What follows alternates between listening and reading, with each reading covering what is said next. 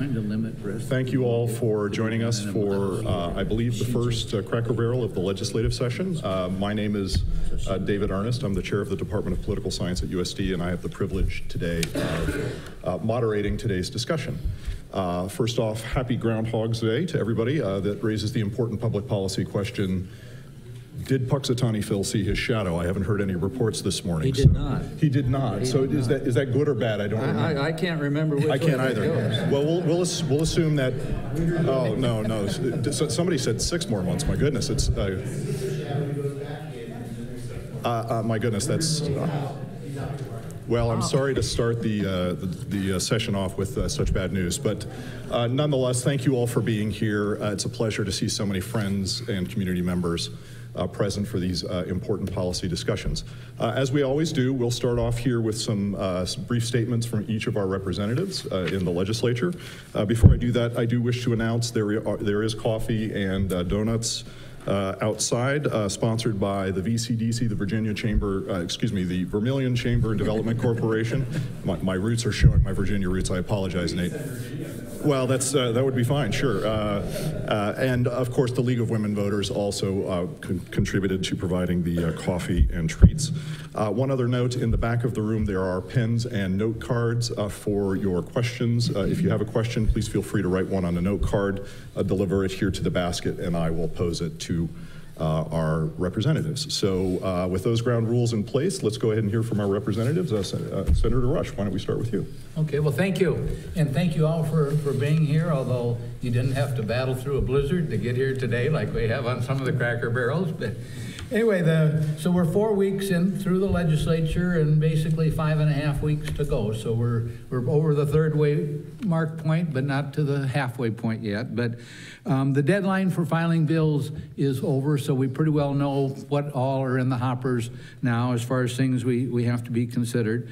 But the big work starts now. As far as if there's bills that you're promoting and where you've got to be talking, where the legislators have to be talking to other legislators, be prepared to testify in committees. And so I sponsored 15 bills this year. That sounds like a lot, but 5 of those are commemorations for individuals and teams here in the Vermilion area. So actually 10 bills. One of my bills has been killed already. But one of them has passed the Senate. So the one that passed the Senate passed on Thursday of last week, and it's a bill, this is my second year I've been working on it, about disclosure of public settlements, no secret or confidential settlements of lawsuits by the state. And I say that passed last year in the Senate by just a bare margin, and that got killed in the House. This year it passed the Senate by 23-10, and the governor has indicated that she's supporting that because it's part of her transparency. So I've got hopes that we'll get somewhere when we get to the House with that one. The 2 big bills that I'm sponsoring that haven't come up for hearing yet, but should be coming up in the near future, is a bill that prohibits capital punishment for people with severe mental illness, and that requires that pesticide applicators have insurance, which is not required at the present time.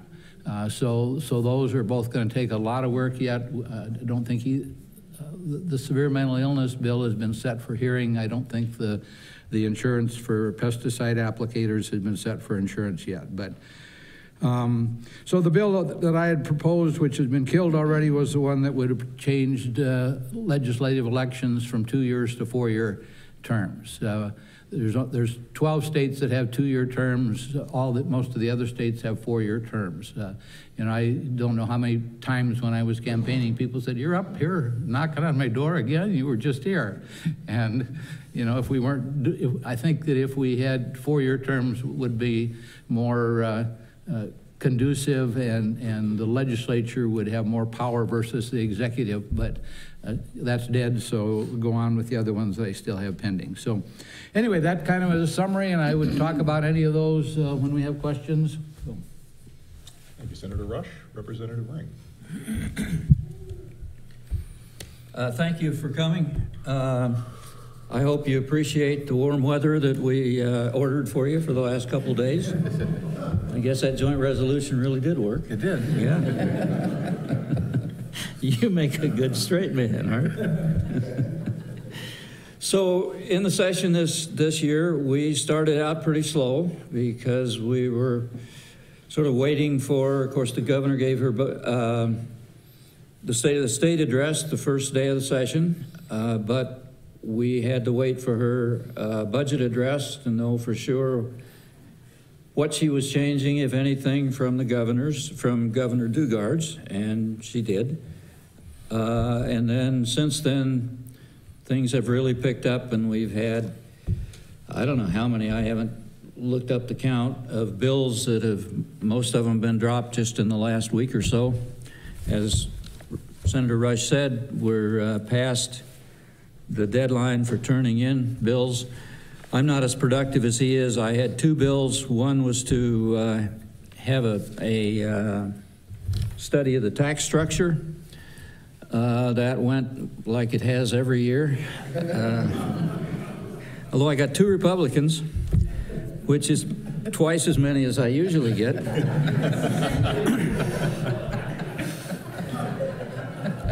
But actually, I was, in a way, pleasantly surprised that a number of legislators, this was really the first chance I've had to make a more full argument for why I think we need to re-examine our tax system, because I don't think it's as business-friendly as a lot of people think.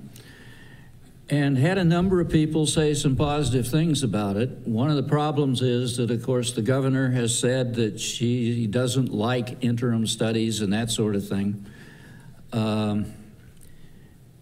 And so if this, and we passed this as a bill rather than a resolution, and she would probably veto it even if it passed. So, but a number of people, and they didn't like that I wanted it to run over 3 years and so on and so forth.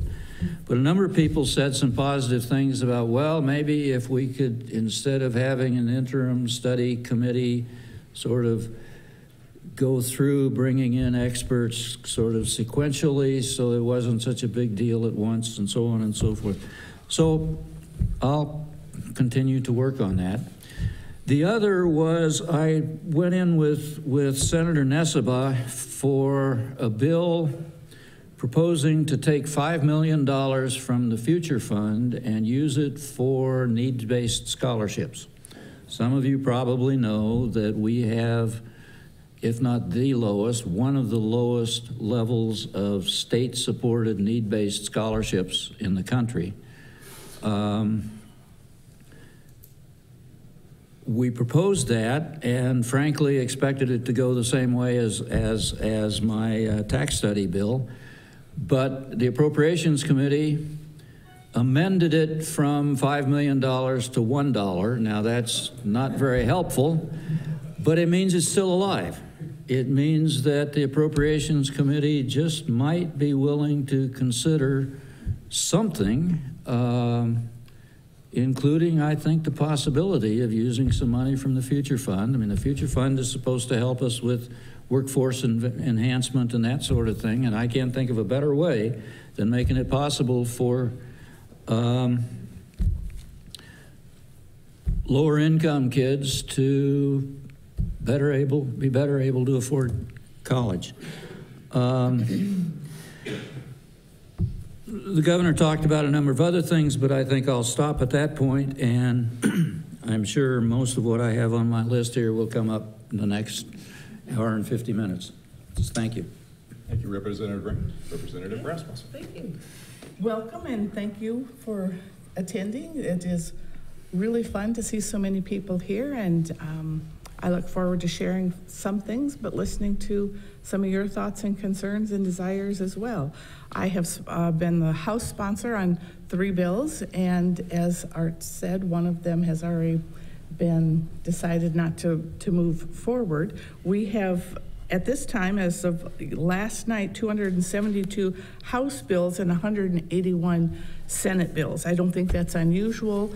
The other year we had 600 bills. It seems like a lot, but many of them are weeded out and don't go any farther than the committee.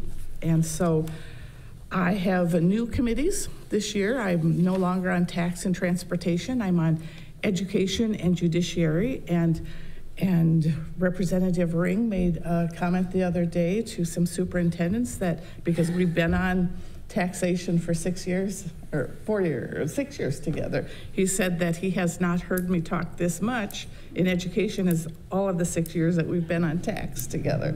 So he was smiling, so I think I'm gonna take that as a compliment. I have heard from many people some concerns on bills, which is helpful to me and to us. The governor has signed 10 bills into law, and so I'm happy to be here and ready to visit. Terrific, thank you. Let's open it up to questions from citizens.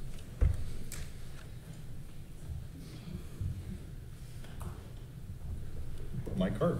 I'll offer a softball. There by my count are 45 placement holding bills currently filed. Can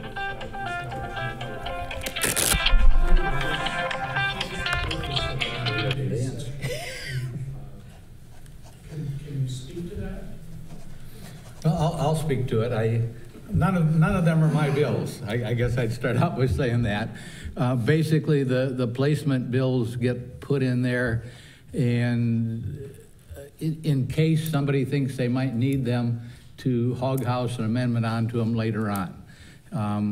You know, my personal view is the bills that I think are important and that I want to get something done on, I try to have done before the session starts and ready to go. So I'm not a big fan of the placeholding bills, but yet every year there are some things that come up during the session that issues that come up that maybe is good that there would be a place where they could add an amendment that would address those, or a bill that would address those issues. But 45 seems like an awful lot. Yeah, I guess I'd basically second that. 45 does seem like a lot.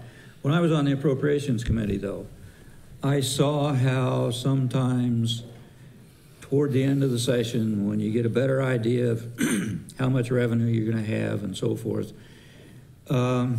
you do need some flexibility. And given that we're not even halfway into the session and we can't introduce bills, then what they do, and is it playing games? Yeah, to some extent it's playing games. I don't know if you counted my bill that amended it down to $1, because that's basically a placeholder now as well. But it's an example where I think if some money, if the budget looks, I can't imagine this happening, but if the budget looks a little more generous, then we do have an instrument there for making an amendment and accomplishing something that we weren't sure about earlier in the session. So I hope I haven't been around so long that playing games no longer seems like playing games, but I think there's some justification for it. Certainly. I do not have a placeholder bill, but I have talked to several people who were given a placeholder bill. So there is a title, there's something to put in it, which makes it different than just leaving a bill open without a title. Does that make sense? You know, one has a specific purpose for that. They just don't have all of the language from LRC yet. Thank you. Sir. My name is Nick White. I'm the executive director at SESDAC here in town. I know in Governor Doan made her budget address. She talked about 2.5% increase for Medicaid providers, and also pointed to some one-time funds and some other opportunities there. And recently, I know Senator Steinhauer had a Senate bill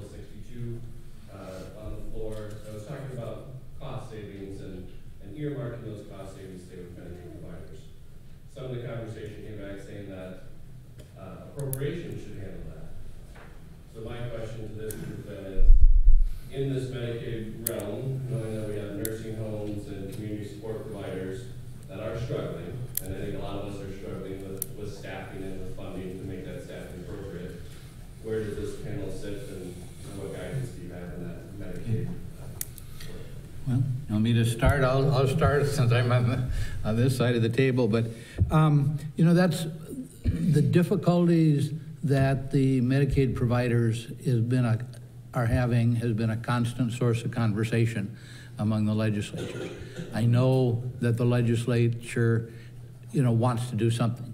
What they will end up doing, I don't know at this point. I'm not on appropriations committee, so I don't know what they're thinking about. But you know, my understanding that, just to give you a real rough, you know, we're working on 2 budgets every year. The fiscal year 1919 is now half over, and so we're trying to adjust the fiscal year 1919 budget to the realities of what actually occurred.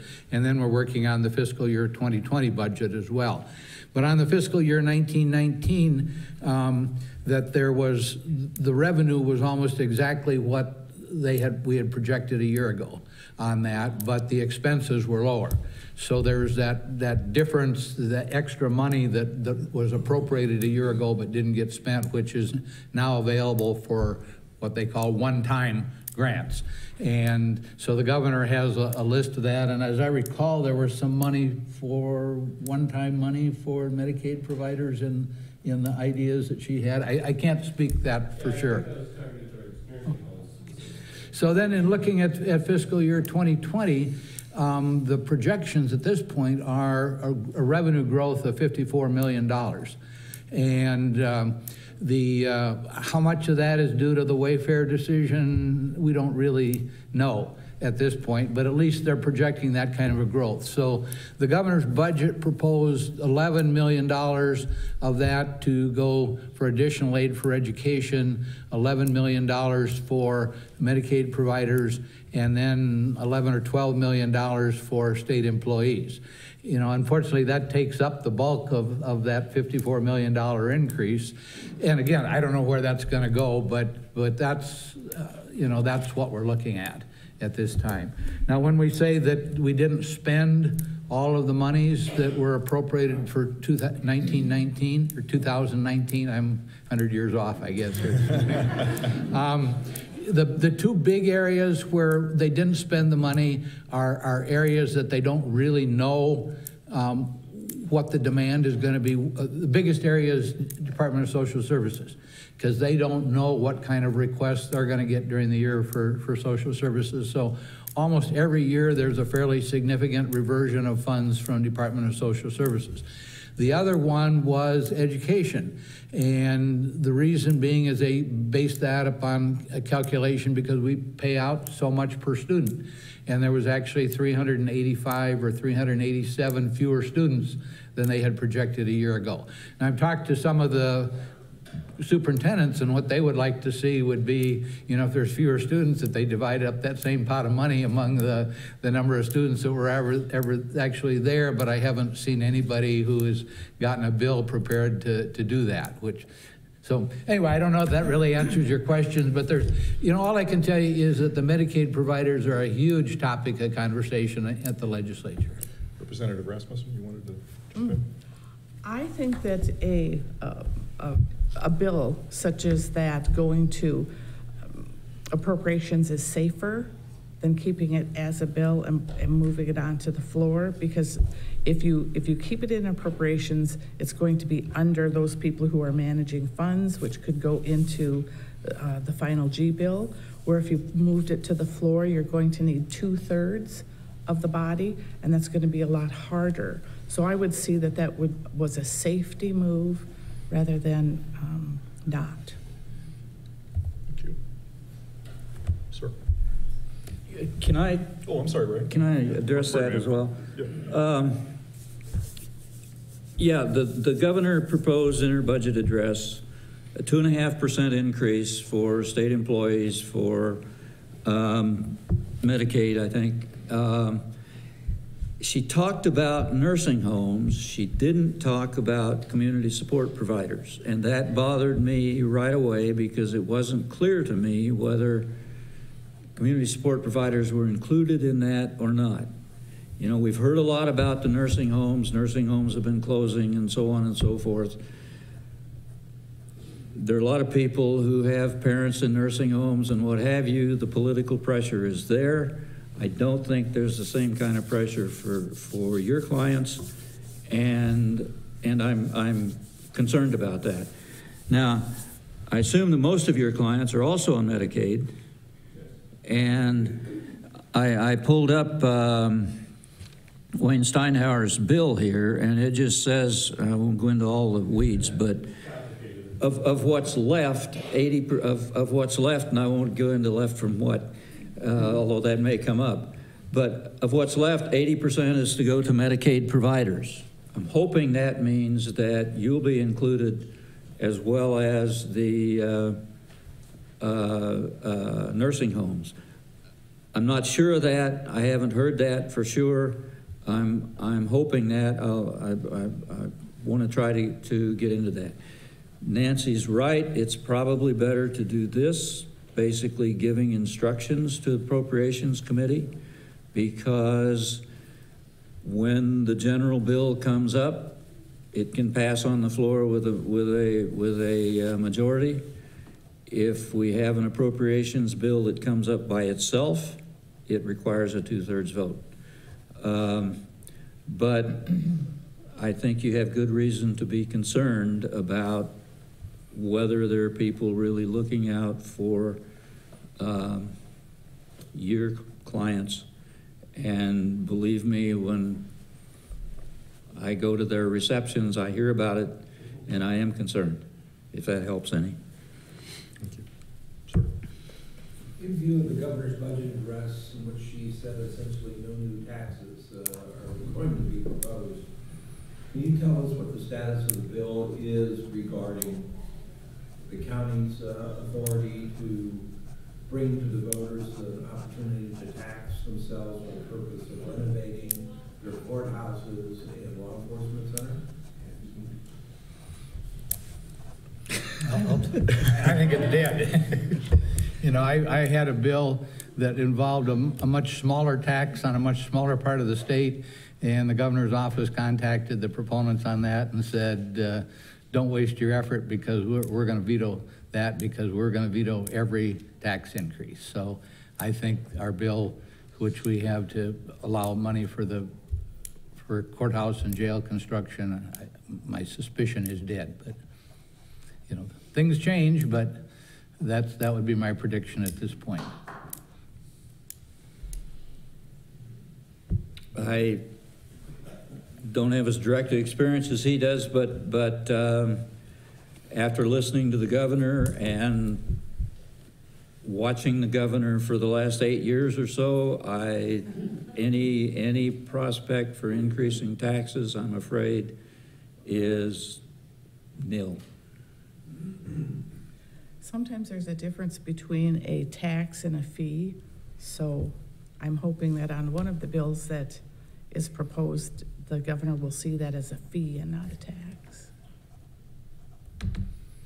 You know, I could expand on that. The bill I was very interested in, I was 2 years ago or 3 years ago, you kind of all run together, but I was on the water district task force, and we're really working at trying to get all of the river districts in South Dakota into district areas where we could work on water quality, flood control, conservation practices, things like that on the rivers. The Vermilion River is kind of unique. Clay and Turner County are part of the existing district. McCook County has never been willing to join the district. And then there's 2 counties up above that, Lake maybe, and I don't remember which ones, but anyway, 2 other counties that, because they weren't connected to the Vermilion, they joined other river districts, even though Vermilion River was the main river into their counties. So we've really been working in the last year, and McCook and all their representatives and all their county commissioners were voluntarily willing to come in to the Vermilion River District, and the other counties above there were willing to join in so that we would have one district that would cover the entire Vermilion River as far as improving the quality of water on the river. McCook has always been the big stopping point, and so all of the other counties are already paying the extra couple of mills that are involved in being on that, but McCook and only McCook would have had a slight tax increase, and that's the one the governor said no taxes increases, even though it would have only been to McCook County and it would have been a small additional. So that's why I'm skeptical about her willingness to provide any tax increases. Maybe this is for our Senate Bill 19, Act to repeal presumptive probation. You know, I haven't really been a part of that yet, but about the discussion on that, you know, there's certainly some groups who feel that that's been a real problem with the presumptive probation. I'm also on the Corrections Commission, and I know that which is charged with managing all of our prisons, and I know that we're bursting at the seams. That you know, my concern is if they repeal presumptive probation, that we're going to be having to build another prison, and you know, that'll take 40, 50, 60 million dollars to build another prison, and so you know, I think maybe they need to fine-tune the probation, but certainly not go back to the idea that, you know, everybody should be locked up. One of the arguments I've heard is that it gives them a free pass on the first night. Well, and, you know, and that's, most people who come before the court on a first felony are gonna get a probation anyway on that case. So, and I don't know that that's a free pass, if you will. You get you know, if you've got a felony conviction on your record, and, you know, the goal of any sentencing should be, you know, to go and don't sin anymore, as I think the Bible says. You know, if I could accomplish that on the sentences that I imposed, that would have been what I wanted to do. So if that's being accomplished by presumptive probation, and I haven't seen the arguments and the statistics, so I don't know that that's true or not, but, you know, the rehabilitation should be the #1 goal of sentencing, not just to punishment.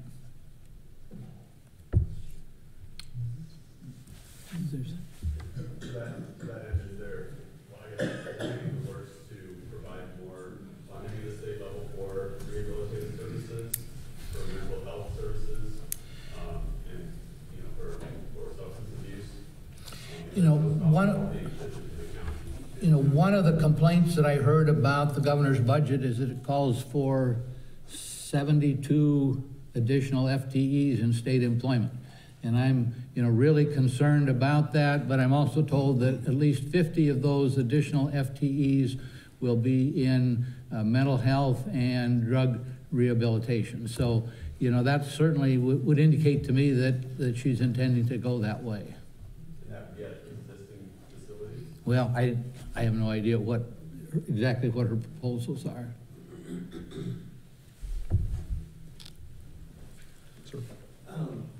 And I know Ray has talked about this year after year, and that's Medicaid expansion. And I don't know if in my mind this is an apples to oranges comparison, but with Medicaid expansion, if South Dakota accepted that or worked out a plan, would that help with our nursing home situation at all? I don't think so. I think it'd maybe make it worse, because if you expand Medicaid so there's more people covered and the state is not paying adequately to the community service providers and the nursing homes now, so if you have more people that aren't being paid enough for them, it seems to me that'd make the problem worse rather than better. I'm going to respectfully disagree. Okay? We've disagreed before. Yeah, a couple times. The kind of Medicaid expansion that I'm talking about, which is what we've rejected and now something like 36 or 37 states have adopted, would be matched by the federal government 90-10. So we'd pay 10% plus probably some administration, and get 90%. Now, would that directly help the problem for nursing homes? That part I would agree with. I don't think it would directly help the problem in nursing homes. Indirectly, if we had Medicaid covering low-income people who don't have children, basically, it would reduce, and I don't know where Tim is if he's here, but it would reduce the hospital's uncompensated care, which there was a study done right after the first expansion of Medicaid that found a substantial decrease in uncompensated care in the states that had expanded. It would bring in millions of dollars, which should stimulate the economy. So we're freeing up some hospital expenses, perhaps lower premiums for those of us who, or for those of you, I'm on Medicare, for those of you who are paying private premiums. And so I think it could probably benefit the state overall and perhaps indirectly free up some funds that could be used for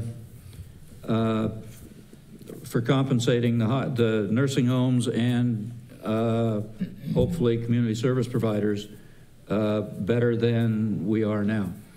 Now, if we had expanded Medicaid when we first had the possibility, the feds would have covered 100% for the first few years, and then it would have phased out. Well, we missed all of that, and so now I think, as I understand it, we start out with the feds still covering 90% of the increased costs. Nancy. I think the issue is, would the federal government be able to come through with the 90% forever? And in light that IHS has virtually closed because the federal government was not able to bring their funding forward, is an alert to me. If we know for certain that we're going to get 90%, that is one issue, but looking backwards to see that IHS has folded, I just don't think that we would get the 90%. Can I respectfully disagree?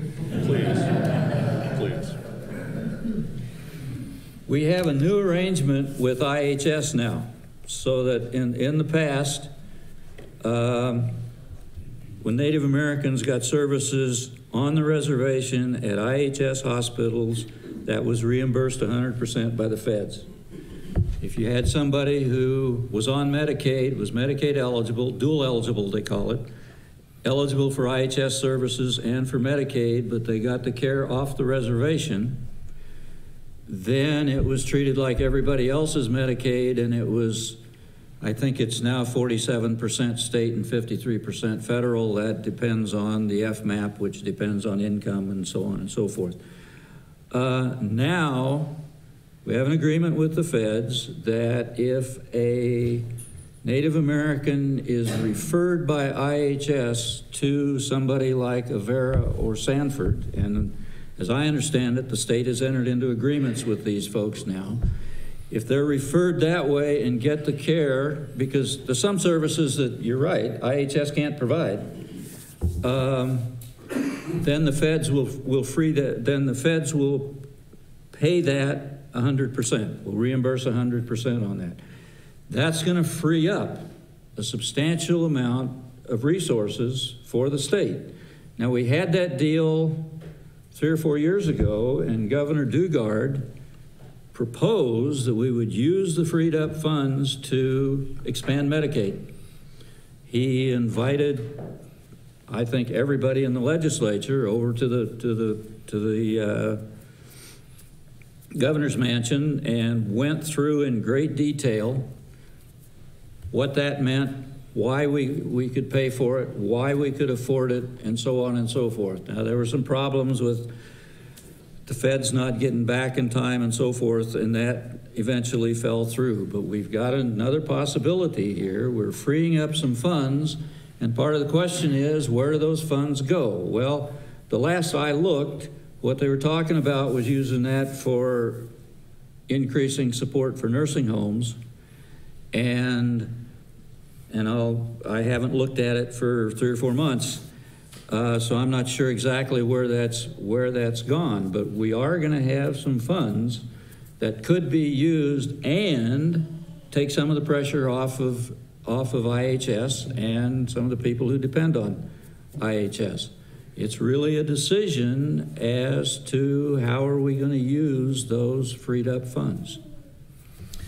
Was that what Senator Steinhauer's bill had to do with those freed up funds, where he was talking about 80% of those? I think so. Okay. You heard the debate. Well, I don't know if it's come up yet, but I think that's the freed up funds that his bill refers to. Ray, everything you described is accurate. I agree with it. It makes sense. It's a great program. But just to help everybody remember, is that most things that we do as a nation and as a state, the administrative burden that goes with that to make sure the referral is documented, everything's in place to actually make that money happen, is an administrative burden on the healthcare provider, on IHS. We see, and nothing against anybody, but we see how IHS facilities have struggled in care and administration, sometimes making it very difficult to get everything in place and for that money not to slip away because somebody in another facility didn't dot an I or cross a T. And actually, as I understand, the governor's proposal is an innovative idea to make sure those referrals are being properly done, is that there would be a state employee in each of those IHS hospitals to fill out the referral paperwork and make sure the paperwork got transferred to the right place so that this happens. Now, that's obviously, as you pointed out, going to be an administrative expense, but hopefully much less than what we're losing now. But it's retraining patients so that they go through the appropriate steps and they don't shortcut their own referral process. A lot of other factors, it's a good idea and it is working. It can work at a bigger level, but it's those hurdles that we You know, maybe for those of you, you know, the federal government, when they entered into the treaties with the Native American tribes, and in which they got vast territories, they promised to provide medical care for them as part of those treaties. So this is not something that the federal government is taking on. This is something that the federal government promised 100, 150 years ago that they've not been complying with. And whether they will comply with it as far as cost appropriation and in the future remains to be seen. But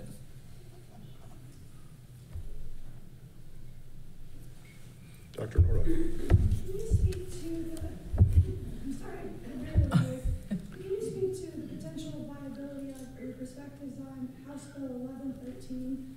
So it's a recently introduced bill which is supposed to create a new sense of ethics and responsibility for K-12 educators, but it includes some pretty draconian language, specifically saying no teacher shall be allowed to introduce to any class in controversial subject matter that is not germane to the topic in course without, of course, defining controversial or germane.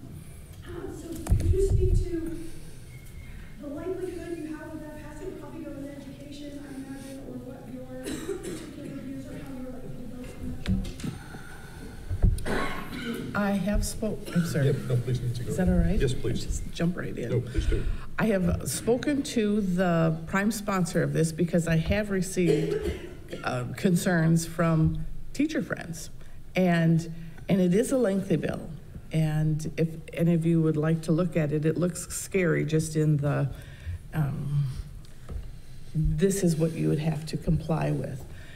His reason for bringing this forth is to curb some things that he has seen happen in the past. So this is where his intent and this is where his thoughts are coming from.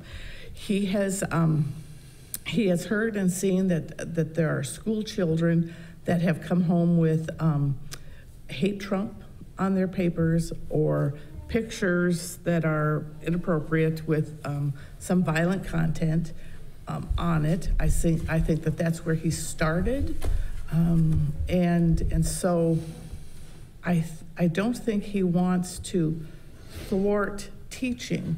I just think he would like to have the middle ground of civics taught, and not we're going to hate this person and we're going to like this person.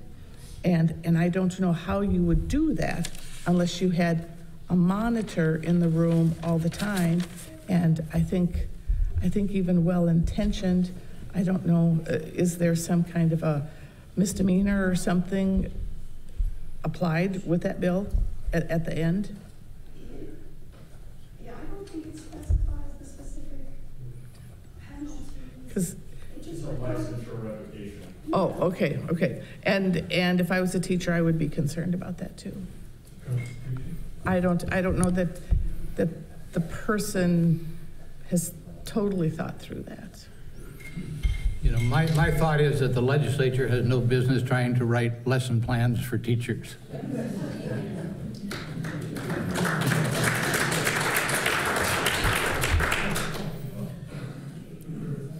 Ma'am. I've said it here before. It amazes me how much people like local control except when they don't. And this is one of those cases. You know, I don't know who you talked to. Weiss? He's the prime sponsor. Okay, Caleb? Weiss. He's a new one. Okay. Yes. You know, as I look at I hate to say this, but I'm going to. As I look at the people, at the sponsors on this, we get a bunch of bills like this every year, and I'm not on there. they have the. Well, I guarantee you, I'm not. No, you're not.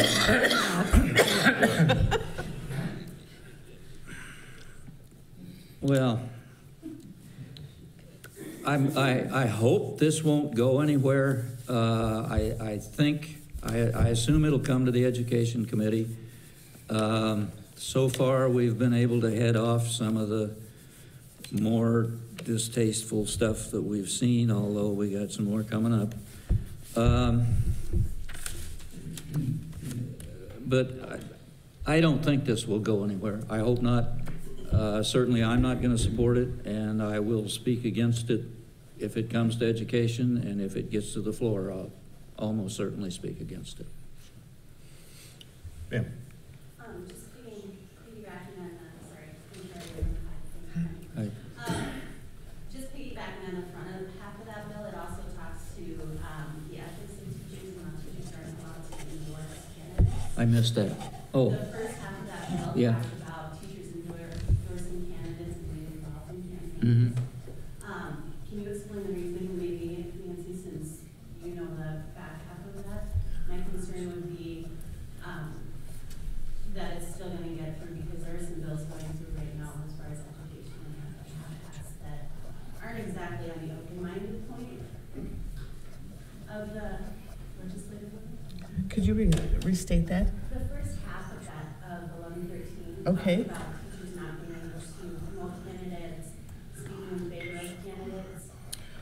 Well, and I think that's going to be hard, because if you're in a civics class and you've got, I know that even when my children were in grade school, the teacher would say, okay, this is this candidate and this is this candidate, and now we're going to vote.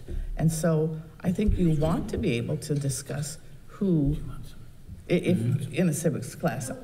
No, Working on that extends beyond the classroom. The second half of that bill talks about in the classroom, which confuses me because I think that would be the best feature debate.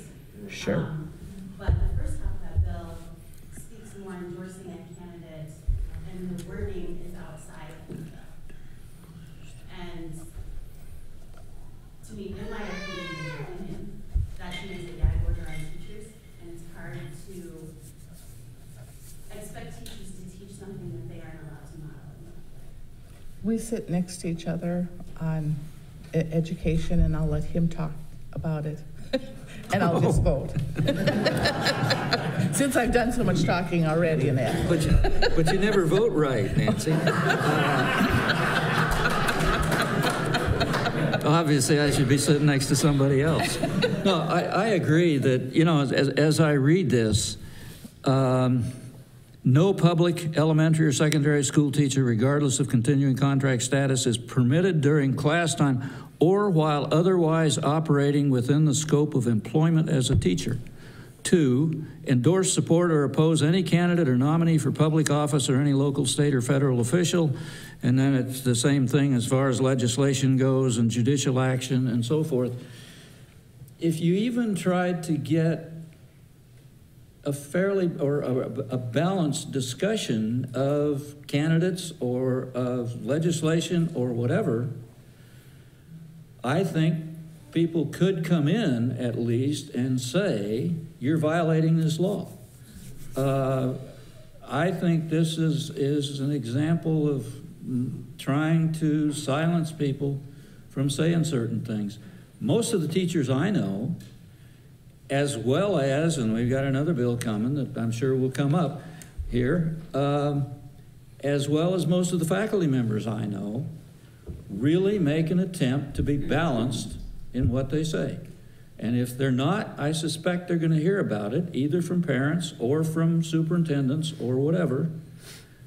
And I think this is, again, a solution looking for a problem. Somebody who sees boogeymen where there aren't any.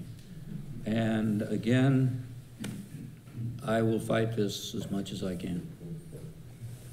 It's in the House, so hopefully it will get resolved in the House. But again, you know, the policies about what teachers should be doing in the classroom and not doing in the classroom, I think should be controlled by local school boards, not by a body and peer. Sir. And following up a little bit there about the idea of local control. What a great idea. There's a bill now, House Bill 66. Must be a Senate bill. That there is an area, Senate Bill 66, that there is an area adjacent to the city limits that wants to be annexed into the city. They are the houses, the residents, the citizens in that annexed territory cannot buy city electricity. They must buy REA money. And I did a little looking, and the price differential between the two is significant. It's between $40 and $50 a month. And what that bill does is deny those homeowners that want to come into the city the right to choose who they're going to have electricity. Look at city water, city sewer, city streets. But they can't choose who they're going to buy their electricity. Your comments on Senate Bill 66? I'll let you start on that. That's probably one of the hottest issues before the legislature this year, and it's a little bit different than that, Bob. Right now, there are many residences in the city who have their electricity from REA. I think the mayor right behind you there is one of the people who has his electricity from REA. What happened is a number of years ago, the legislature passed a procedure by which if the city annexes a territory, they can also annex and take upon themselves the electrical service. That's been fought about in the legislature for a number of years. The most recent thing, I think if the city does that, they have to pay 7 out of 11 years of revenue that they acquire from that to the REA. You know, the REAs are concerned that that doesn't adequately compensate them for the future business that they lose. The cities are concerned that it doesn't allow them to grow at all because they can't expand outside their present boundaries. So it's a huge, I've been involved in this for more years than, in 1998, there was a lawsuit brought dealing with that over the annexation of the area that's out around the golf course now, and I was involved in that lawsuit as the judge from 1998 till 2000. And so, you know, it's a huge, complex issue that's gone on for, in that case, at least 20 years. And you know, we're hoping, I know they're in negotiations to try and resolve that. You know, the REAs are concerned that they're losing the most valuable growth areas, potential for them. The cities are concerned that if they get landlocked in, then they have no growth potential at all. So I don't know whether there's going to be some resolution that will come out of this or not, or whether we're going to have a floor fight about it. Anybody from the House side want to talk? I turned it over to him because obviously he has much more background and knowledge of that than I do. I agree that it's going to be a hot issue. It's going to be, unless they come to an agreement, and I hope that they can come to some kind of an agreement, it's going to be one of the most difficult choices I've had to make in now 7 years in the legislature. I'm glad it's starting in the Senate.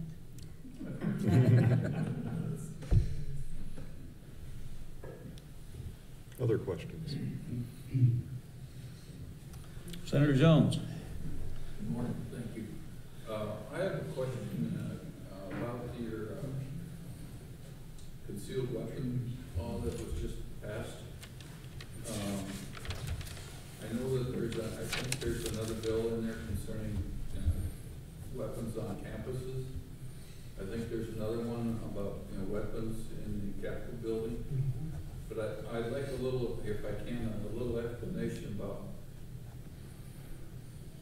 who can carry this concealed weapon.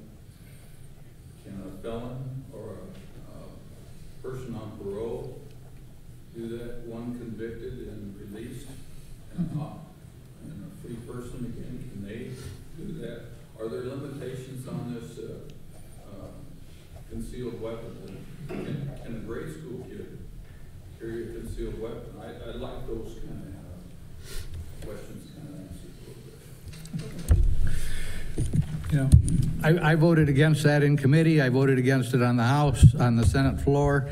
It only passed the Senate Judiciary by a 4-3 vote, but it opens up. Right now, if you're going to carry a concealed weapon, you're supposed to have a concealed weapon permit. And the permit you obtain from the local sheriff, and it costs $10 for a 5-year permit, so $2 a year. There's this big faction on the other side who feels that that's unduly burdensome to obtain the permit. And so basically what it says that people who would otherwise be qualified to carry a permit don't have to get the permit from the sheriff, they can just carry it. The only problem is I'm not sure that all the people know if they meet the disqualifications or don't meet the disqualifications, because a year ago the same bill was up, or 2 years ago, I don't remember, and the sheriff from Minnehaha County that testified that there'd been 115 people there in the prior year who had applied, who had actually come in and paid the $10 and applied for a permit, and they found out that they were disqualified. So my view is this is 115 people who thought that they were qualified but weren't actually qualified to carry a concealed weapon. Now under this, those 115 people who think they're qualified are going to be carrying a weapon even though they really are disqualified. As far as the permits to carry in the Capitol, we basically killed one of those on Thursday, but I understand there's one coming out that's better, and you know, probably seeing the way the wind is blowing, I'm going to end up supporting the one that's coming up. But the one that's coming up is going to require for a person to carry in the Capitol that they have to have an enhanced permit, which means they have to have gone through the training, the required firearms training, and secondly, that they'll have to give the Capitol Security 48 hours notice of the fact that they're going to carry a gun that day so that Capitol Security knows who in the Capitol might have guns.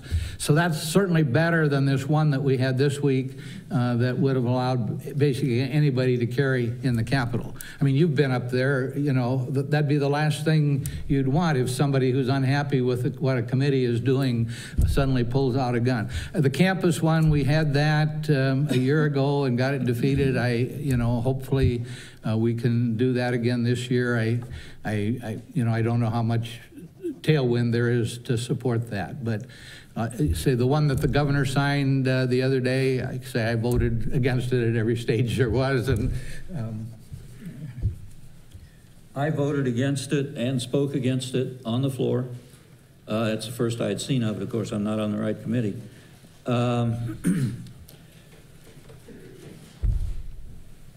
You said 125 or so. I think that we were told on the floor this time that Minnehaha had turned down 500.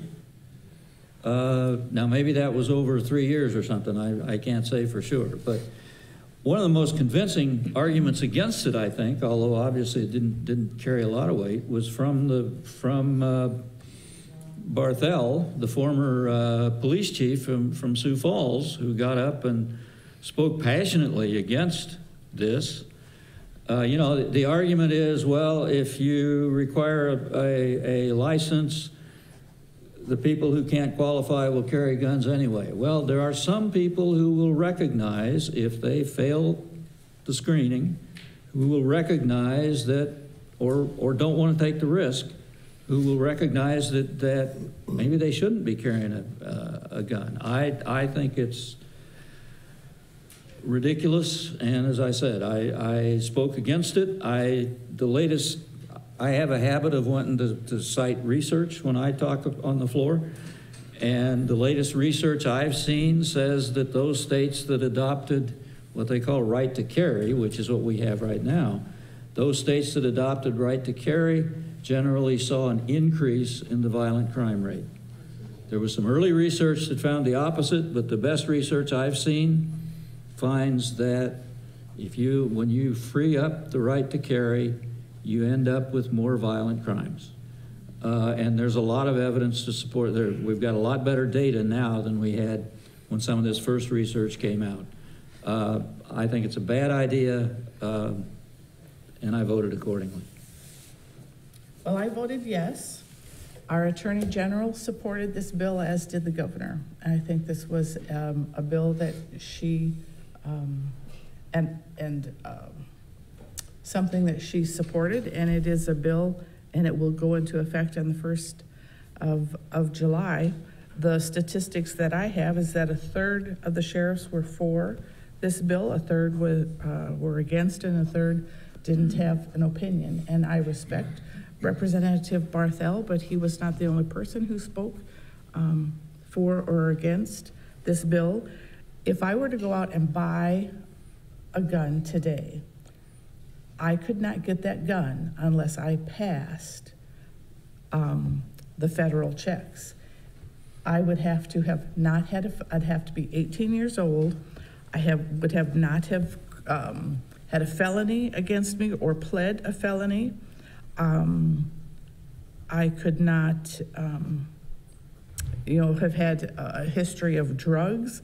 There's a whole list of things that would prevent you or I from purchasing the gun in the first place. So you could already carry a gun if you could see it. So the only thing that this is allowing that you can put a coat over the gun. I don't think that this is going to make it more or less dangerous. I'd like to correct that. If you bought a gun at a federally licensed gun seller, you will have a background check. If you buy a gun at a gun show, if you buy a gun from me, which would be very difficult unless you want a couple of really old shotguns, which are pretty hard to hide, you don't have to go through a screening. And I think that's important to keep in mind. Quick follow-up? Follow-up, if I may. What does this law points that this law has been voted on and accepted for. Is there any constraints in this? Well, my understanding is there, as I understand it, there's 9 limitations now, either in state law or federal law, and that those 9 limitations still apply, only you don't have to go into the sheriff to find out whether any of those 9 limitations apply in your situation. You can just assume they don't if you know, and those are things like, I think there's an age limit, you can't have a felony, you can't have a protection order against you. The sheriff could probably tell you better than I could what exactly those limitations are, but I don't think this changes what the limitations are, but it doesn't require people to go have their background checked to see whether any of those limitations apply. I have a question. What were people thinking about, thinking it was a good idea to have guns on a college campus? I mean, what could possibly go wrong with, you know? I just don't understand that at all. Can you explain why that would gain any support whatsoever? I voted no on that and said so on the first NRA, what is it? Not an application. When they ask you the questionnaire survey, and that's what I said. I said I would not want them, so they gave me a C-. So I never filled out their paperwork again. My personal thought anyway is, why not take that $2 a year fee, double check people? This is just my comment. I think it was a big mistake to not have people get a license to carry this gun, to have a $40 gun. You can afford $100. Right. If you're buying the gun, you can pay $2 a year to have this. I mean, I've been telling you about that for a long time, but things aren't the way you're doing it. I appreciate that. Well, as far as on the campus, you know, having sat on the court here in Clay County for many years, you know, I'd have to tell you, I sent people to prison for things that I don't think they would have done if they hadn't had a gun in their pocket. And, you know, that's really, you know, I'm not sure. There's certainly a group of people who believe that we'll all be safer if every one of us in this room had a gun in your pocket. But I don't happen to be one of those people. I'd rather see people carry a 5-iron.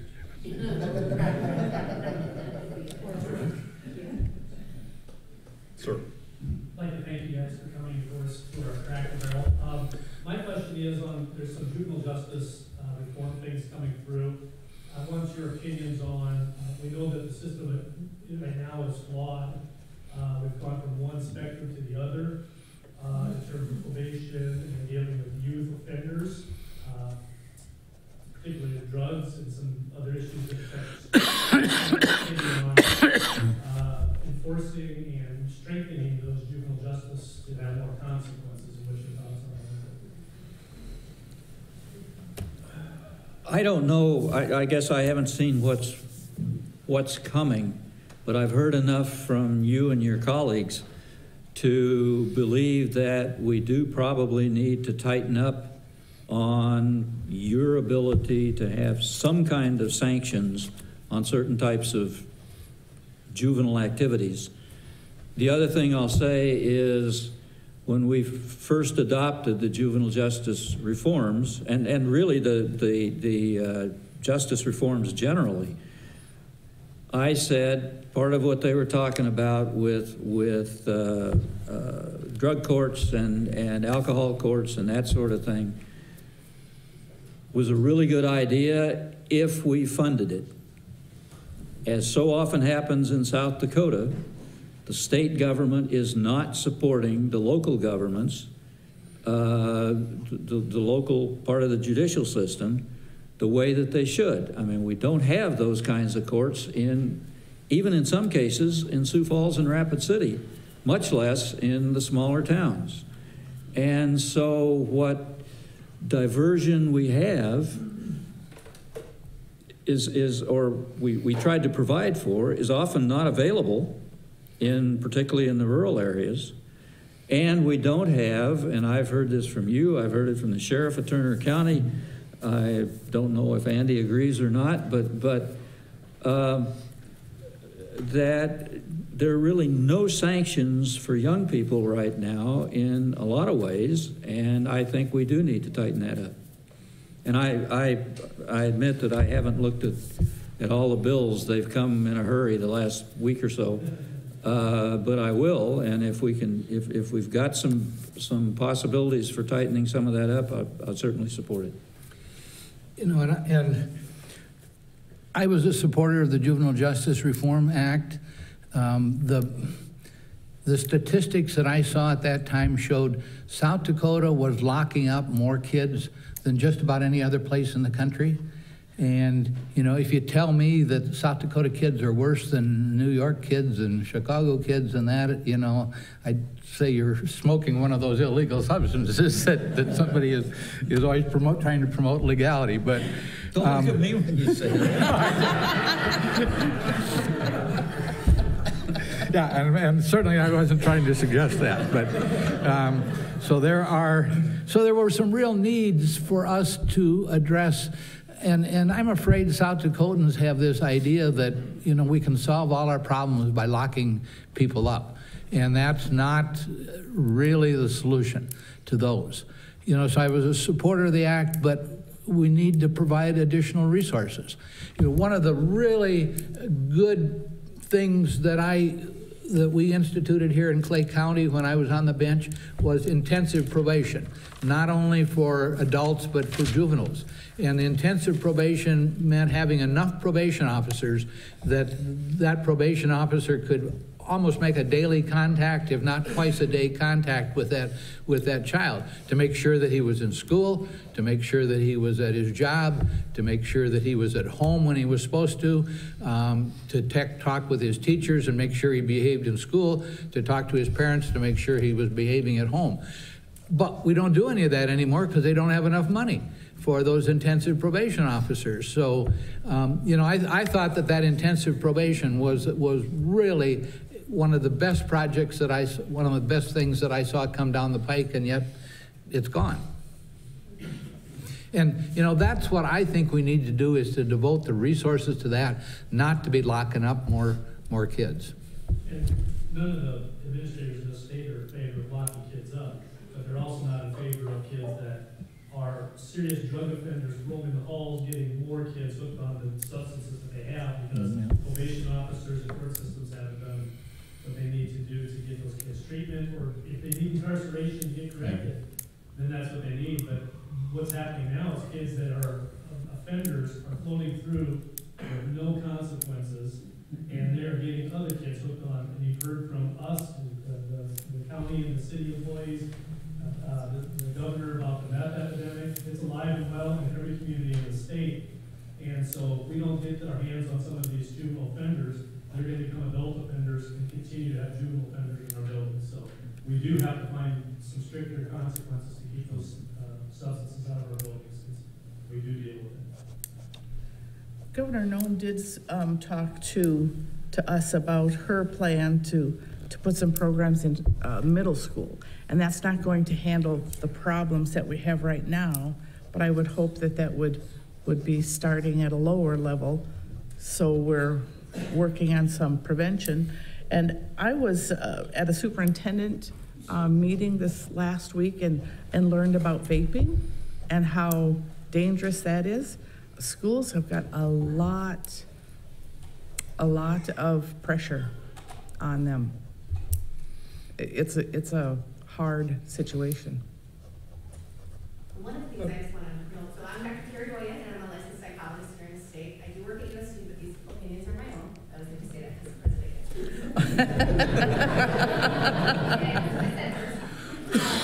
One of the things I want you to think about, first of all, I want to thank our representatives. I want you guys to know that I brought some graduate students up to the Capitol, and these guys were very kind to meet with my graduate students to talk about policy. What I'm in a really unique position in is that I actually train mental health providers that are in schools. And so I see this critical shortage. We have a 10% workforce shortage in our state. Our program is the only program that's training students to be school psychologists in the state of South Dakota.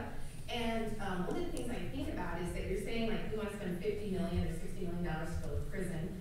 And I keep thinking about, if you put that $50 or $60 million into children, you will prevent systematic wide consequences from that, right? So you think about, you invest $1 in children, you end up saving hundreds of dollars in the prison system.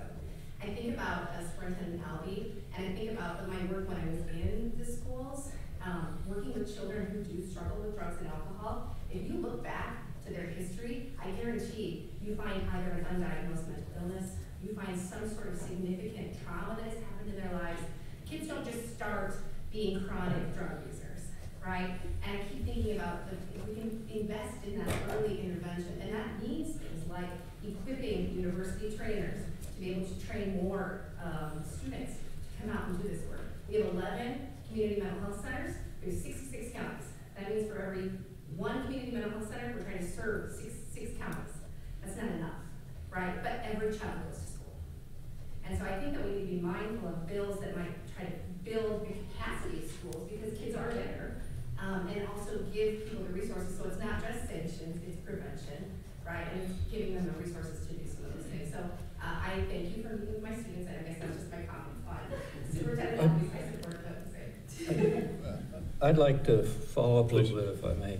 First of all, when I say sanctions, I'm not talking about incarceration, but I'm hearing so many people talk about, under the new law, if a kid gets in trouble with truancy or whatever, at least the first time they're given a warning, and that's as far as it goes. And if you're 16, you don't pay much attention to that.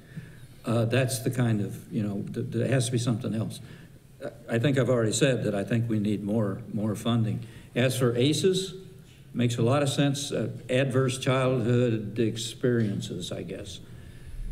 We had a showing of a film on ACEs in Pierre during the legislative session. I think there were 2 legislators there.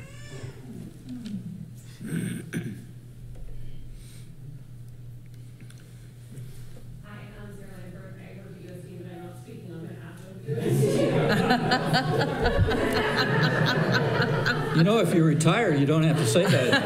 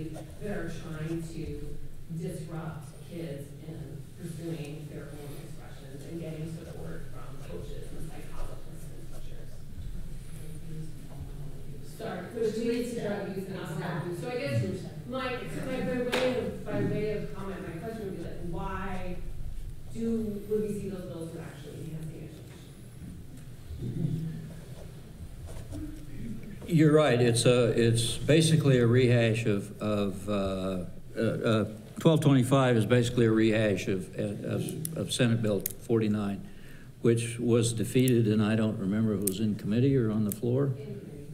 Committee. In committee. Okay.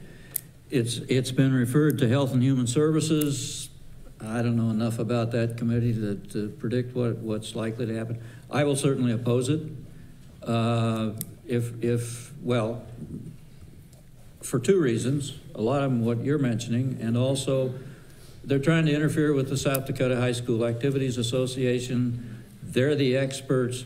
We've basically given them the task of controlling, of regulating high school activities, and I think we ought to just leave them alone.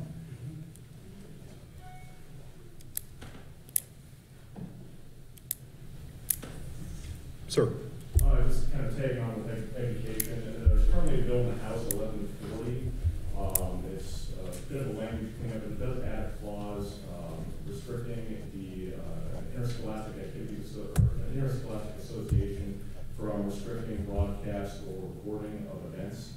I would just like to voice concern that opens up an activities association or a similar group for litigation for copyright compliance, particularly with the recording aspect. Synchronization licenses are not covered by the typical run-of-the-mill.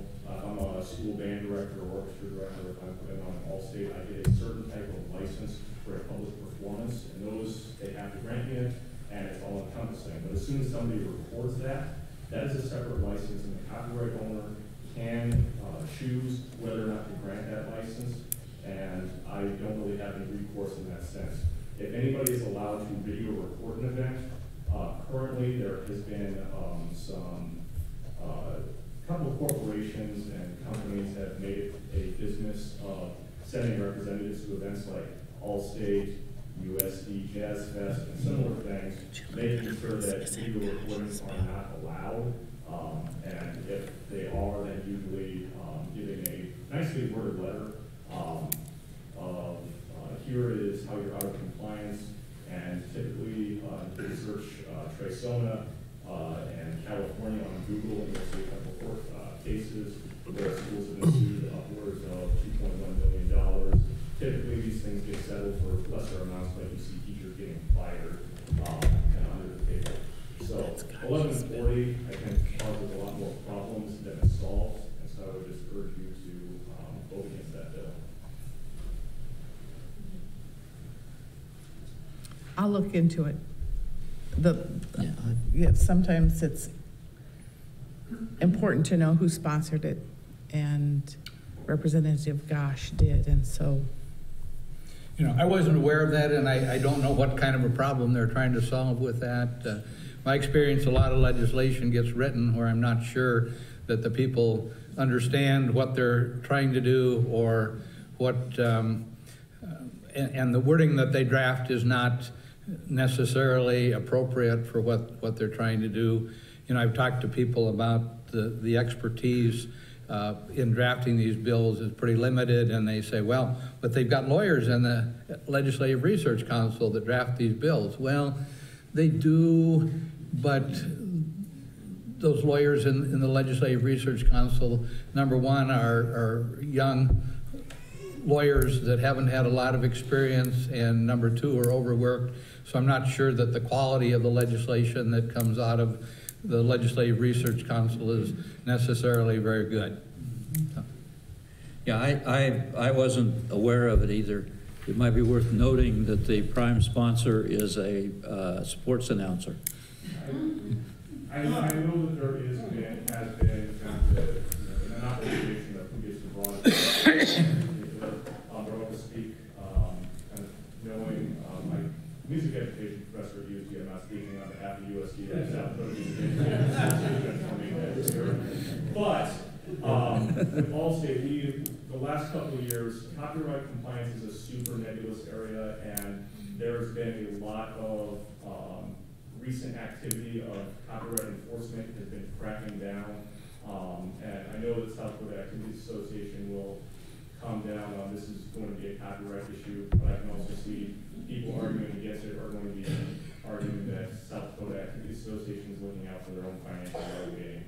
And while that's probably true, I'm more worried about, like, for instance, when they run district music contest here in town, should a certain company copyright owner walk in the district music contest and see a bunch of people recording it and then selling DVDs or offering flyers selling DVDs, they can just send a letter threatening to sue Vermillion High School and activities associated with everybody up the food chain.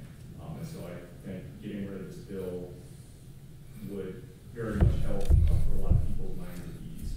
Well, I'm going to poke fun at some of my comrades here in the House. And do you notice the common trend here that most of these bills that people are concerned about are House bills and not Senate bills? But, I'd appreciate it if you'd send an email with the details about what the problem is so that if it comes to the Senate that we've got that information. Yeah, I'd like that. I'd also point out this is another example of legislators trying to interfere with, in this case, again, the High School Activities Association, the folks that we've given the authority to control these things, and now they're saying, okay, we're going to prohibit them from setting the policies that we've asked them to send, to make. Lamont. Lamont Sutherland, I'm speaking on my own behalf. We've done a really good job of getting our policy information. So House Bill 1087, it talks about intellectual diversity, free speech, and there's a requirement for U.S. history and U.S. government to be taught. I want to get it's supposed to be coming to committee this week, and I want to get your thoughts on this because there are provisions that the free speech portion of it is actually things that the Board of Regents has taken a long time and many hours of meetings and all kinds of and feedback and all of that to craft policy for the Board of Regents, and then the individual campuses are actually looking at how to implement the policy across the board. But now this legislation makes it problematic in that they also are requiring for the intellectual diversity part of it that we report on that every year, and there's no clear definition of how that takes place, what that is, or any of those things. The third part of that would be the 2 extra courses that they would require our students beginning in 2020 adds on to already saturated degree programs. So the Board of Regents went through the process of trying to help the campuses to reduce our credit hours to 120 credits so that students conceivably taking 15 credits a semester could get done in 4 years. This adds on additional costs, and with some degree programs not even having much space for electives, puts an undue burden on our students and their families. So I wanted to get where you stand on this and those things. Who wants to start? I have not researched this, but will certainly listen really carefully because I think it'll be up on Wednesday. So like, it's in the House. Hopefully it'll stay there in the House and we'll never see it. I read it again last night. It's a solution looking for a problem. If you remember, I believe it was last year, we had a bill to address some of the same issues, and we were told that this was the policy that the universities had, and we had to deal with that. And it turns out they were using out-of-date information. Now, maybe the regents should have updated their website a little more quickly, but maybe these people should have talked to the regents before they brought the bill. We defeated that. The easiest part to deal with is the part about requiring 2 courses, because you're right, that's, once again, we're trying to tell the people who we've given the authority to provide education what they should provide. That part I will particularly oppose. There's some other parts in there that to me are just so vague and unclear. You know, yes, there have been problems in other universities with people who weren't allowed to speak and so on and so forth. In 40 years of my association with the University of South Dakota, I have never known that to happen. And I taught courses in the history of economic thought and distributive justice. And if there was anything, and I tried to be balanced, but you can be balanced, and when you make this argument, certain people will object. I never ran into any of that. So I think this is, and you know, again, you look at the sponsors, and I mean, I could have probably named the sponsors if you had told me about the bill and I hadn't seen who was signed on to it. It's a bad idea. It comes up, you're right, Wednesday morning at 7:45 if you'd like to listen. And at some point I will have my say. Thank you. Along with the comments of Ray, where he said he could have predicted the sponsors. This is a slightly different topic, but related. You probably saw the headlines this week where the Speaker of the House attempted to ban one of the representative of the Municipal League from even appearing on the floor as a lobbyist because she had written a column saying that there were too many wackos in the legislature now. You know, however, I think there's a number of us in the legislature who would agree wholeheartedly with her. Some of us thought that maybe he objected to her saying 20%.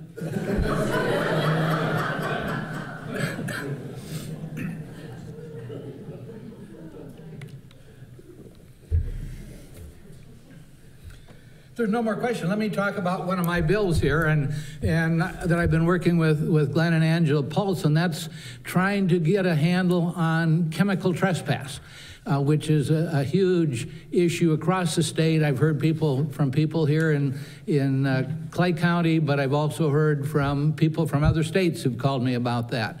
We're trying to do this year just a very tiny step on that direction, and that is to require commercial chemical applicators to have insurance. You know, a year ago I first addressed this issue, and I thought at that point in time that the Department of Agriculture was telling me that ground applicators had to have insurance and that it was only aerial applicators that didn't have to have insurance. Well, since then I found out that that's not accurate, that neither ground nor air applicators had to have insurance, and the Department of Agriculture is saying, well, we just meant that nobody would spray without insurance. You know, well, you know, does anybody drive their cars without insurance too? You know, but so what this bill does, it just imposes a requirement that if you're going to be a commercial chemical applicator, that you've got to have insurance on that. And the way I found out that, in fact, the Department of Agriculture was wrong, and that insurance, that some commercial applicators don't have insurance, is the fact that I found out from the airport here in Vermilion that they banned some aerial applicators because the airport rules require them to have insurance, and they didn't have insurance.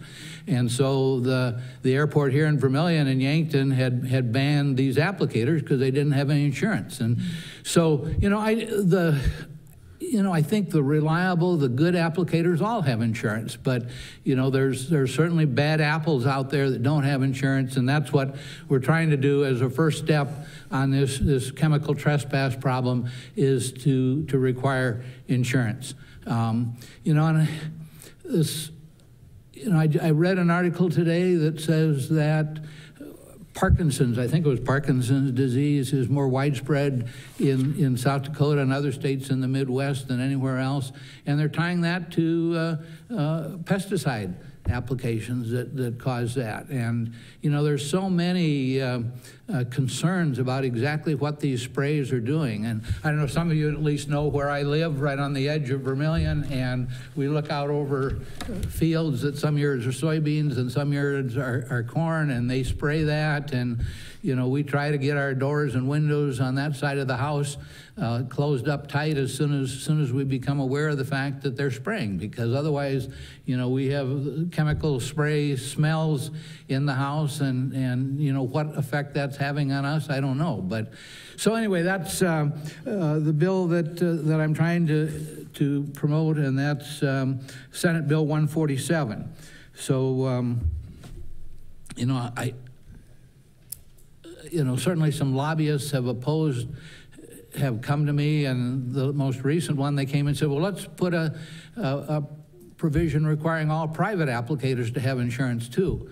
Wow, and maybe in the maybe that ultimately would be a good thing, but that would add another 15,000 opponents to the bill probably, and and the private applicators are generally, to be a private applicator, they're doing their own property. They're not going out and doing it for a profit, which the commercial applicators, and that's why I limited this to commercial applicators.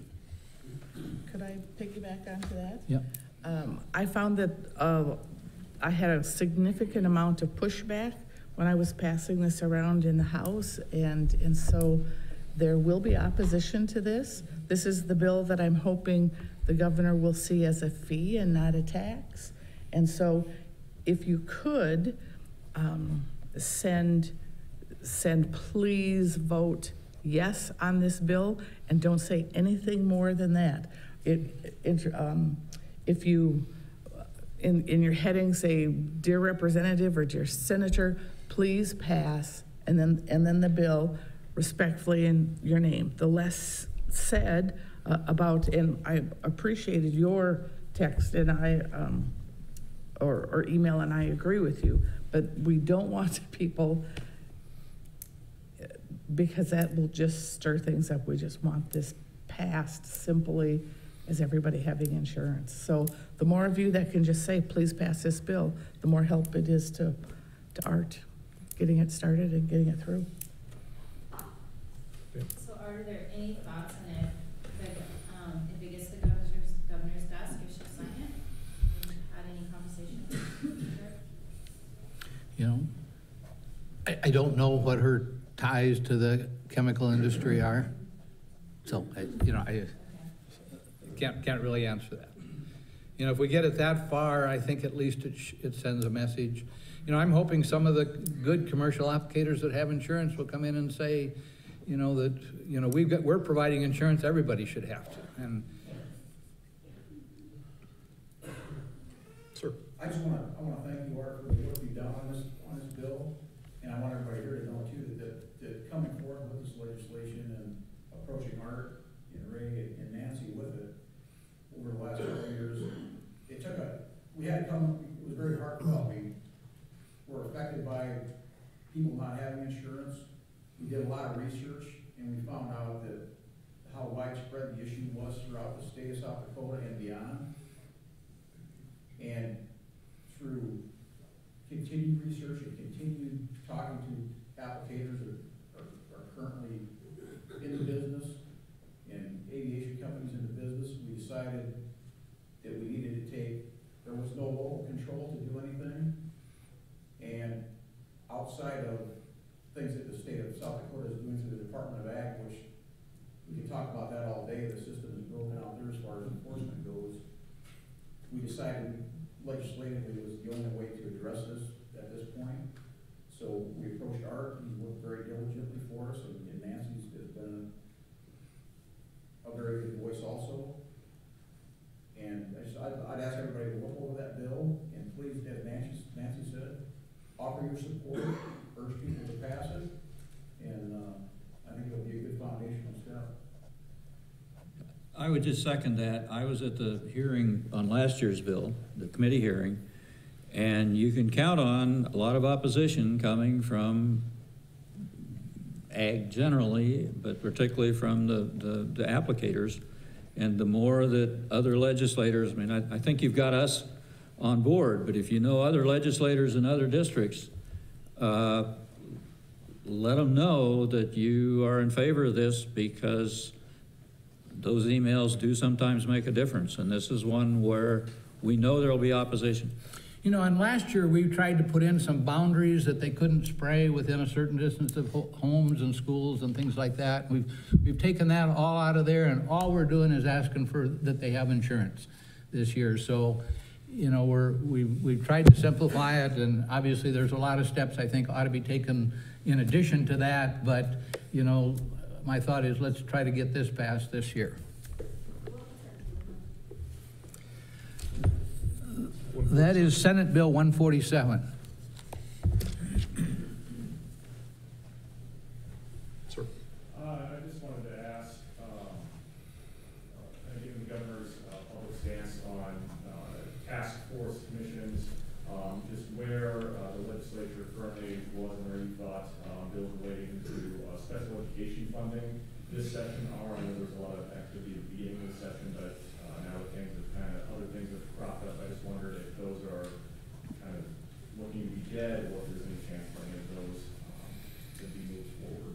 Isn't there supposed to be some more studies, some more committees or something?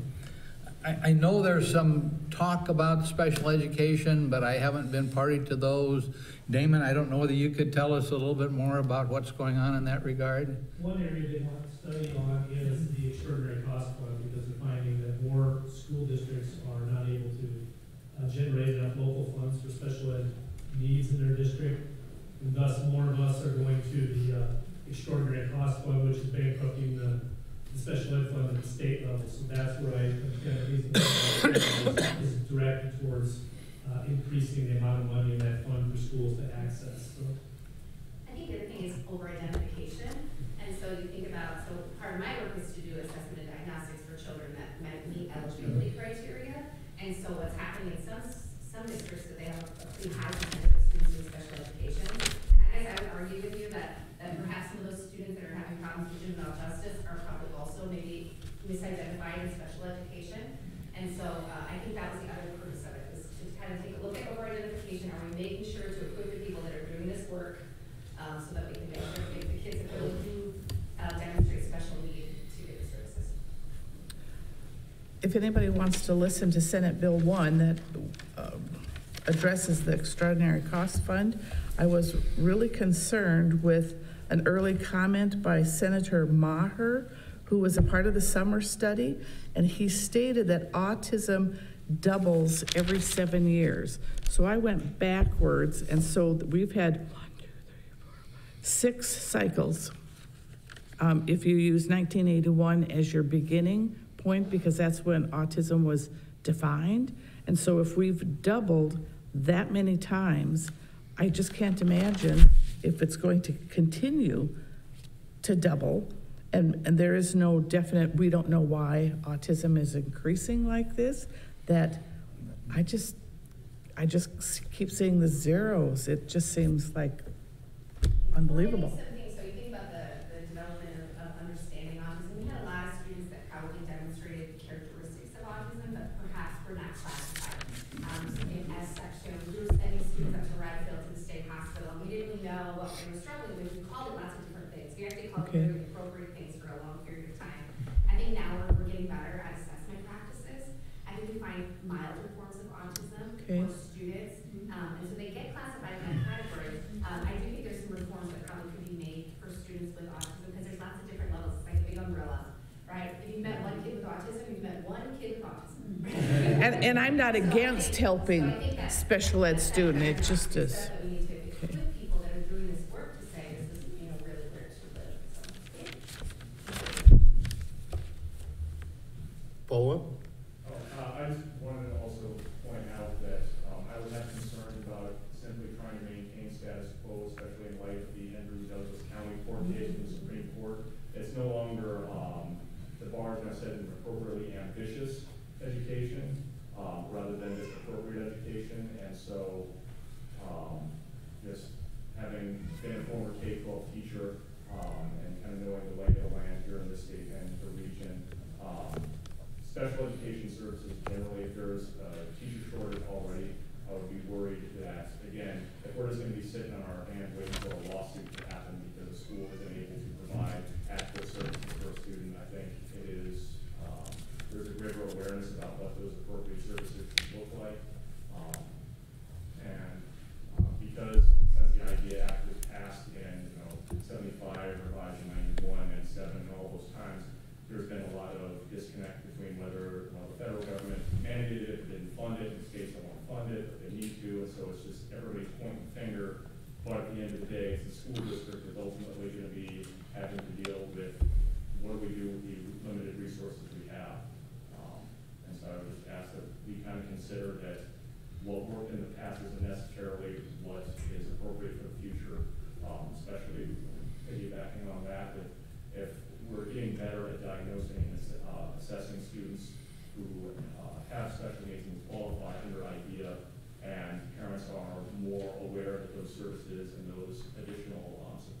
provided, and those additional supports aren't as stigmatized as they might have used to be, we're probably going to be seeing greater usage of those type of programs in schools. And so making sure that we've got those appropriately funded from a state level, just to help mitigate the fact that Sioux Falls is going to be better able to support itself, like Harrisburg, as opposed to like the local rural type districts.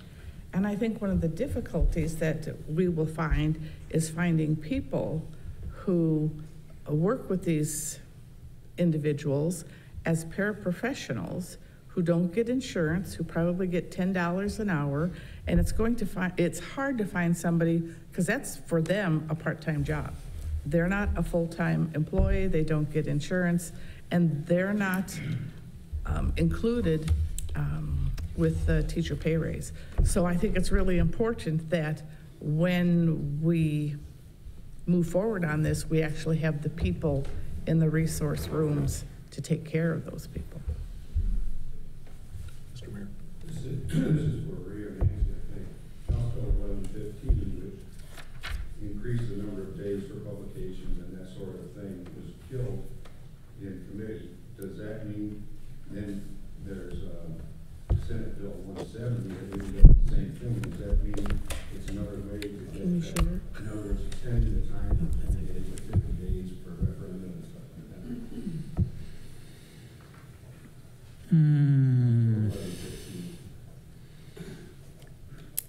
that? Was killed in local government? Yeah, 10 to 3. Okay, and what was the Senate? What was the Senate bill?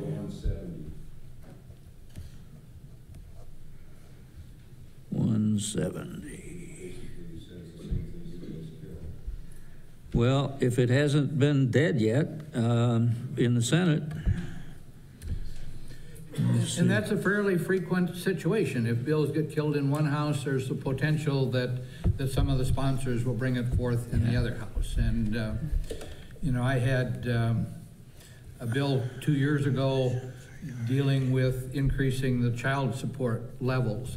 And it got killed in the Senate. We were able to bring it back in the House, and ultimately it passed. So there are, you know, consistency doesn't necessarily mean, I mean, that, you know, you might get a different result the second time around. So that's why you see that happening a number of times, is that parties think that they might have a better chance the second time around. Do you have any sense of that, Bill? I don't. That's the first time that I heard about it here. It's been referred to local government in the Senate. I don't know anything about the membership of that. I don't know who the sponsors are. Well,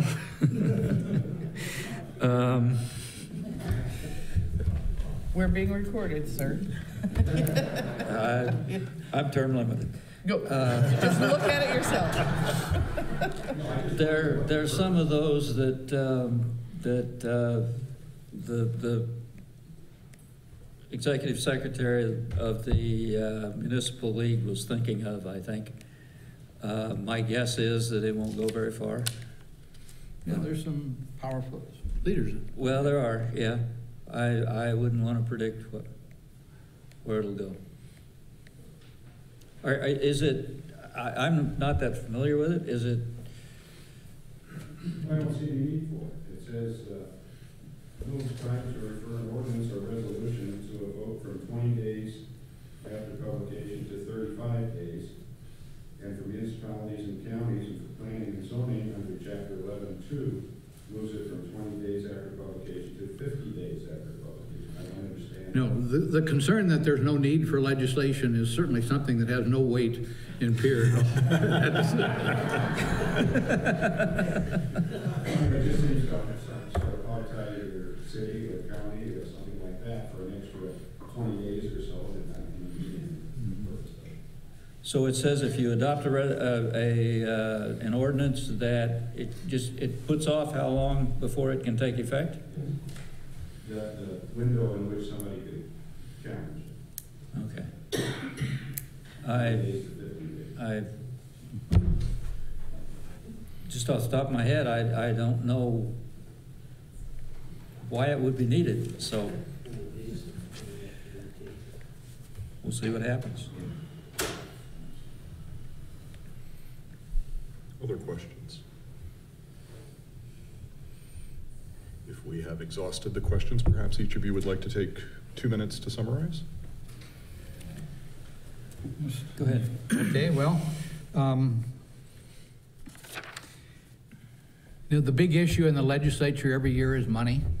And the process is that the Appropriations Committee hears the request for money, and then with only a few days to go, we see their proposal about how that money ought to be appropriated. President Gestring was up there this week and made the presentation for USD. Dean Gouy was there and made the presentation about the law school. Dean Netterman was there and made a presentation about the medical school.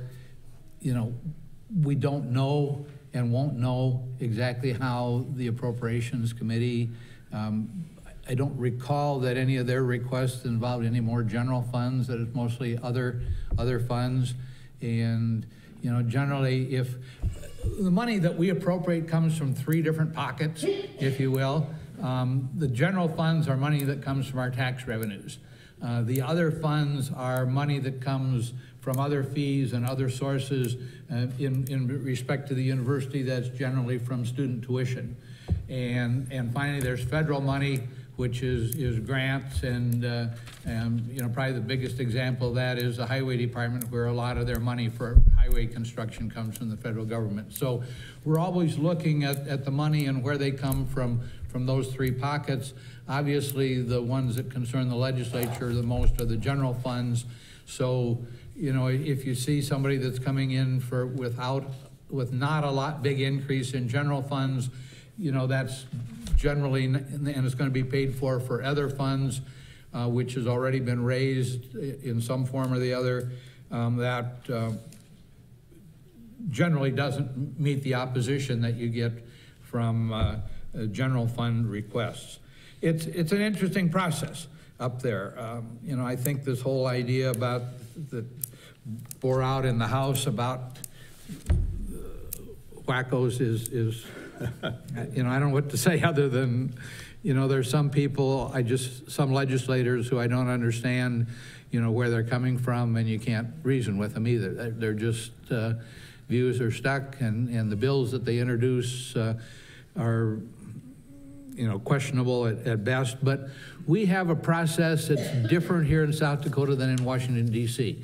In Washington, D.C., a committee chairman can bottle up a bill so that, you know, even though it's been introduced by a representative or a senator, it never sees the light of day. And, you know, we wouldn't have had to go through the Wayfair decision to be able to tax internet sales, because there'd been a bill that passed the Senate, but the chairman of the committee in the House of Representatives bottled that up and wouldn't let them have a hearing on that. So, you know, so there's some real problems with that. But on the other hand, in Pierre, where every bill gets a hearing, that's, you know, sometimes some of those bills are not very well thought out, are not very well drafted, but we give them all a hearing. So no person can just no committee chairman can just bottle up the hearing. You know, I think the Argus Leader had an editorial a week ago on Sunday condemning the legislature for spending time on some of these bills. But if you read the editorial, the bills they were complaining about, other than the concealed carry permit that Senator Jones was talking about, had all gotten killed in committee. And you know, my thought when I read that editorial in the Argus Leader is, well, what's their proposal? Are we going to have some kind of a dictator who can decide what bills will be heard or not, like they have in Washington? You know, and if that's true, what meritorious bills don't get heard? And so certainly I agree with them, but on the other hand, you know, the legislature, although they were saying the legislature spent all their time on these bills, well, that's really not true. The committees heard them, which is a body of the legislature, and generally did not have that much time into those bills before they killed them. So I think, you know, I like our process, and certainly that opens to bills, and I got an email the other day. I see that the legislature wants to do this, that the South Dakota legislature wants to do this. Well, this is a bill that has been introduced but has never had a committee hearing, has never had a hearing on the floor. You know, I wouldn't say the South Dakota legislature wants to do this. This is a bill that one legislator or a small group of legislators wants the legislature to consider. But the fact that the bill is introduced doesn't mean that the South Dakota legislature wants to do this. So anyway, you know, and I would encourage any of you who have thoughts about bills to email me, to, you know, the emails that I see that come from somebody in District 17, I try to respond to those if I possibly can. Even if they disagree with what I did. The ones that come with Rapid City addresses and Sioux Falls addresses, I don't generally try to do that because there are just too many of them.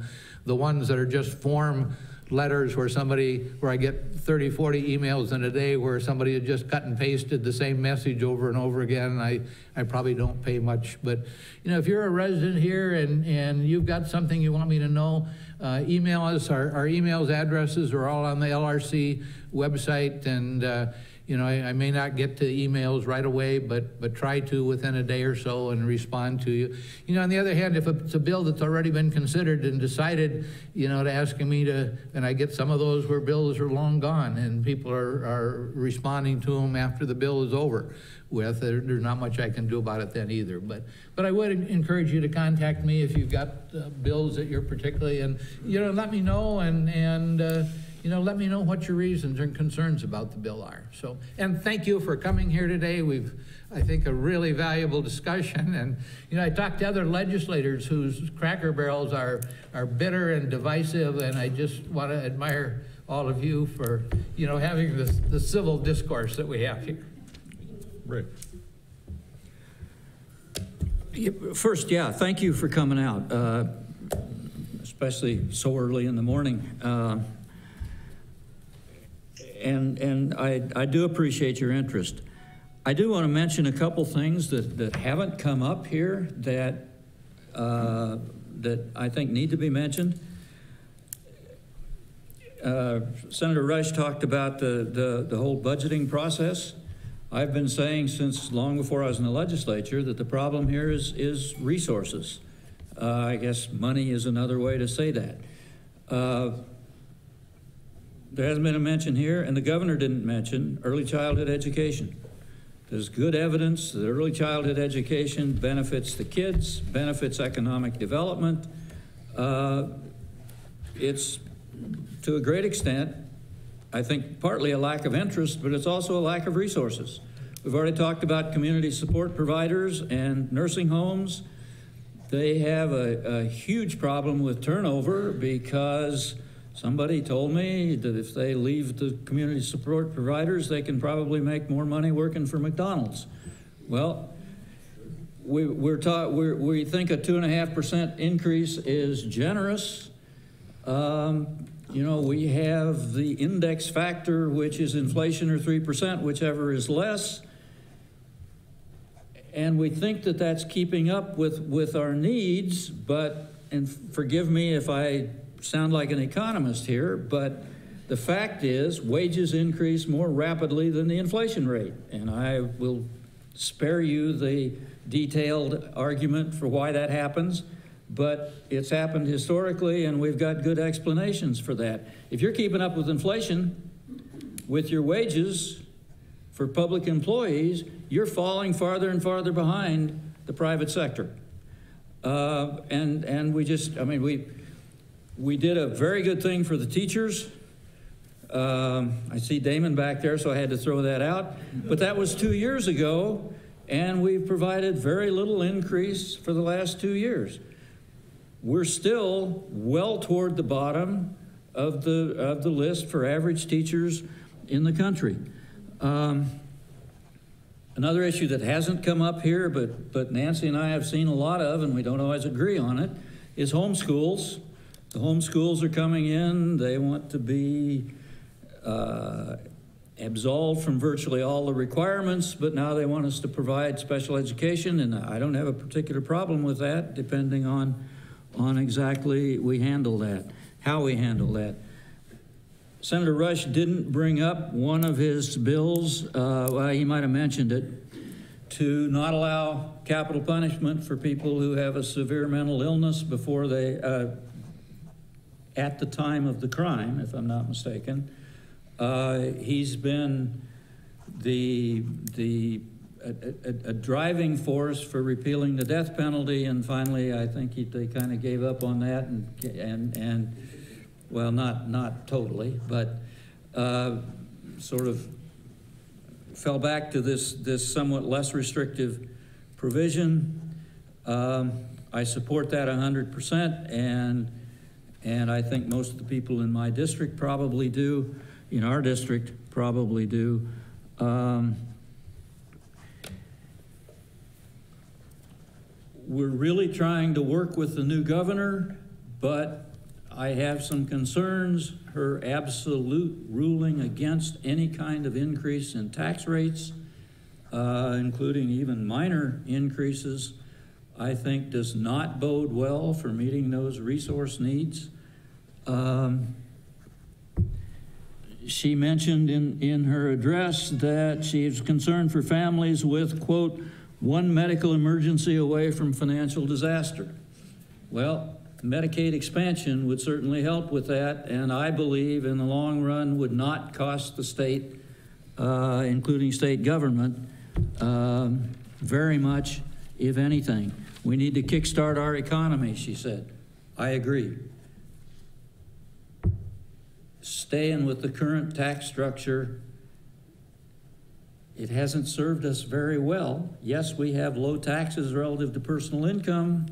We also have low wages relative to the rest of the nation. We're usually somewhere between 47th and 49th. As I like to say, if you run into somebody from Mississippi, thank them. I think there are other ways of potentially gaining more tax revenue and attracting more businesses. And with that, I'm running out of time. I'll stop. Nancy. Thank you for coming. Well, in 1 minute, I will just say that good communication supports success. So the more that you can keep in contact with myself and with all of us, the better we can serve you and serve our state. So thank you for electing all of us. I know that we all appreciate being in Pierre, and we hope that the majority of time we vote the way you would like us to. And so I would just encourage you to access the LRC website and listen to committee proceedings, and that will help you and us know what to do next. So thank you for coming, and most of the Cracker Barrels are an hour. This is 2, so I think we do really well. And if there's one thing we can all agree upon, it's that none of the opinions expressed today is that of the University of South Dakota. So, thank you all.